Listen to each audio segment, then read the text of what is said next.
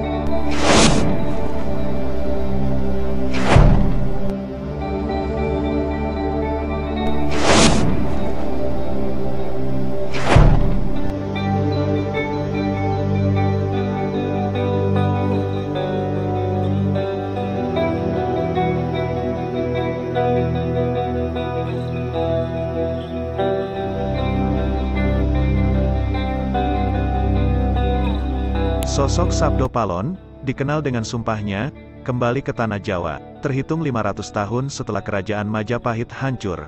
Hal itu termaktub dalam bait syair dalam serat Jangka Jayabaya, karya Ronggo Warsito, dihimpun dari berbagai sumber.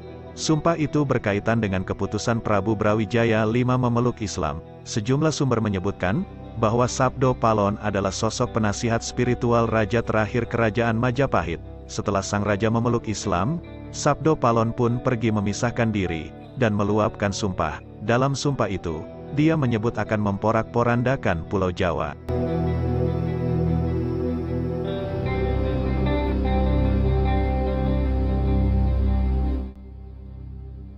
Syair dalam serat tersebut, memuat ramalan kehancuran Islam di tanah Jawa, terhitung setelah 500 tahun keruntuhan Majapahit.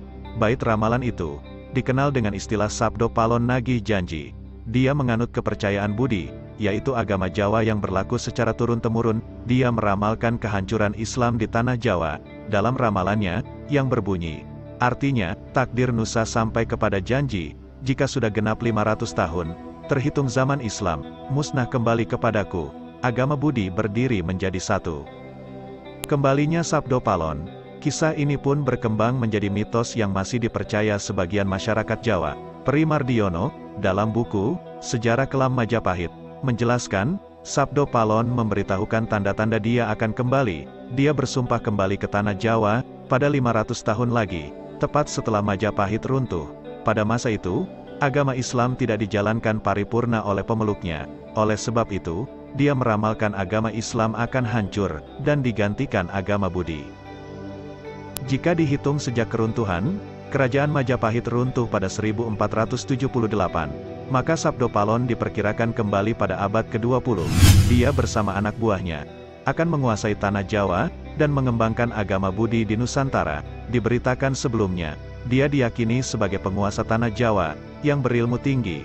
Kisah ini disebutkan dalam serat Dharma Gandul, kitab kesusastraan Jawa, karya Ki Kalamwidi ini, menyebutkan Sabdo Palon sebagai tokoh pewayangan yang bernama Semar.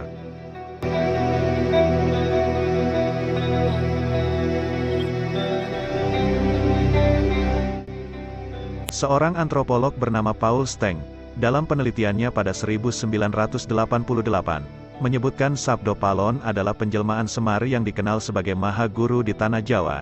Dia adalah titisan dewa dari Kayangan yang turun ke bumi menjadi punakawan. Dia bertugas menjadi pamong raja, dan pengayom kaula. Sosok yang satu ini memiliki kedikdayaan atau kesaktian luar biasa, untuk memerintah seluruh makhluk halus di tanah Jawa. Berdasarkan kisah tersebut, sosoknya pun dianggap sebagai makhluk gaib yang melindungi raja-raja di tanah Jawa sejak 525 tahun sebelum Masehi.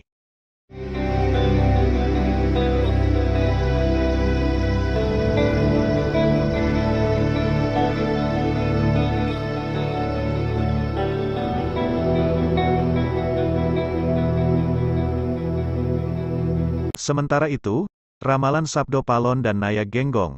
Yang paling kontroversial adalah kehancuran Islam di Tanah Jawa, yang terhitung 500 tahun setelah keruntuhan Kerajaan Majapahit. Bait ramalan yang juga dikenal dengan Sabdo Palon Nagi Janji tersebut, meramalkan bahwa agama Budi akan kembali berdiri menjadi satu di Tanah Jawa. Ramalan ini adalah salah satu yang belum terrealisasi karena meskipun 500 tahun berlalu, dan hingga sekarang pun, agama Islam di Jawa masih kuat keberadaannya di Tanah Jawa.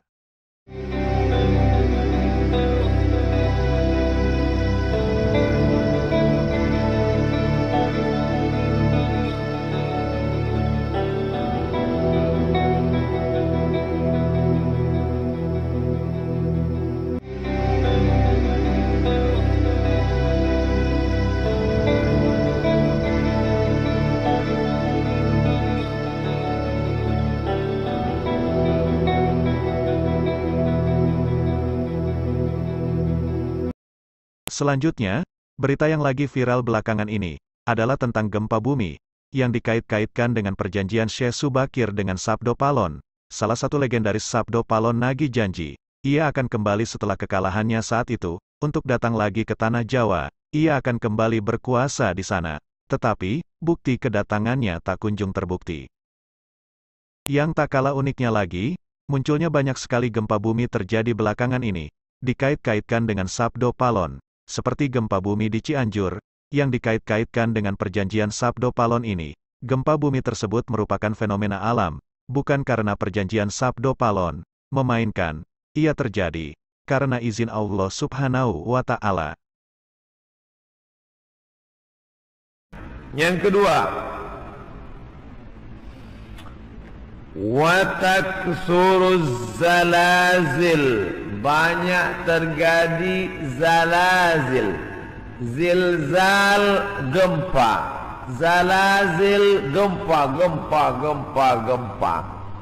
Maka kita lihat idza zulzilatil ardu zilzalaha, bila sudah digoncangkan bumi itu, wa akhrajatil ardu asqalaha, dan dia menggoncangkan, lalu keluarlah isi yang ada di dalamnya.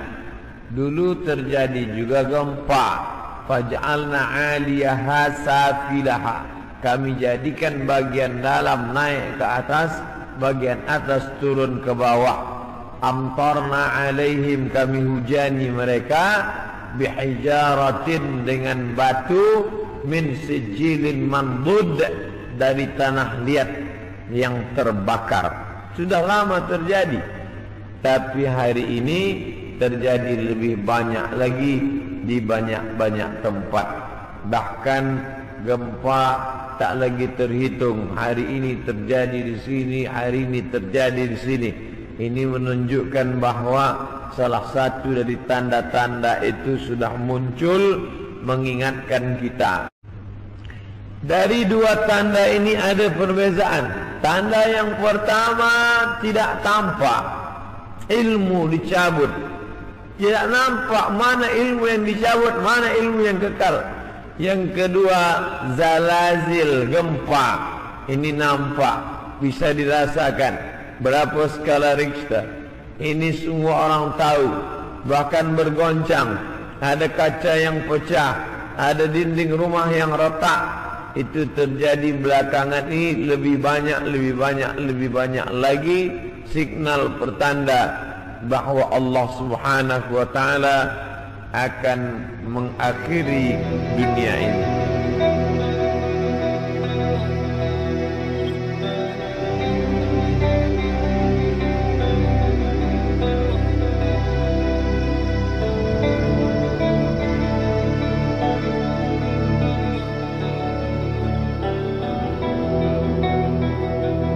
Sebelum video ini berakhir diputar, terlebih dahulu klik bacaan subscribe pada tulisan di bawah video ini, supaya tetap bisa mengikuti serangkaian sajian terbaru dari channel ini. Dan, mari bersama-sama, bantu subscribe, share and comment, supaya kami semakin bersemangat menghadirkan sajian terbaru seputar sisi lain dari dunia lain, serta isu-isu signifikan tentang sejarah, dan isu-isu kontemporer alias kekinian.